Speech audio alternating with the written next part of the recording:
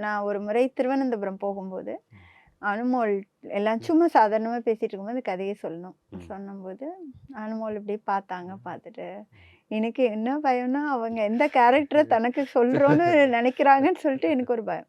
அந்த அம்மா கேரக்டர் தானே நான் பண்றேன். எனக்கு அனுமோல வந்து ரொம்ப ரொம்ப பிடிக்கும். அவங்க ம். வந்து ஆக்சுவலா எங்க ஊரு திருநெல்வேலி, திருவேண்டரம் பக்கம்லாம் அவங்களுக்கு ஒரு மகா சபை இருக்கு. அவங்களுக்கு அந்த ரசிகர் படை ஒண்ணு இருக்கு. ஆமா. அன்னைக்கு கூட ஆடியோ லான்ச்ல அனுமோல்னு சொல்லும்போது, அந்த அ. இவரு வந்து எக்கோல வைக்கிறாரு. அந்த மாதிரியான ரசிகர்கள்லாம் இருக்காங்க. இருக்காங்க. இந்த விவேக் ஒரு படத்துல ரம்பாட்ட சொல்லுவான்ல, இந்த அ மாரி ரசி ரசிகர்கள் இருக்க வரைக்கும் உன்ன உன்ன அசச்சு ஒண்ணும் செய்ய முடியாது. அந்த மாதிரி.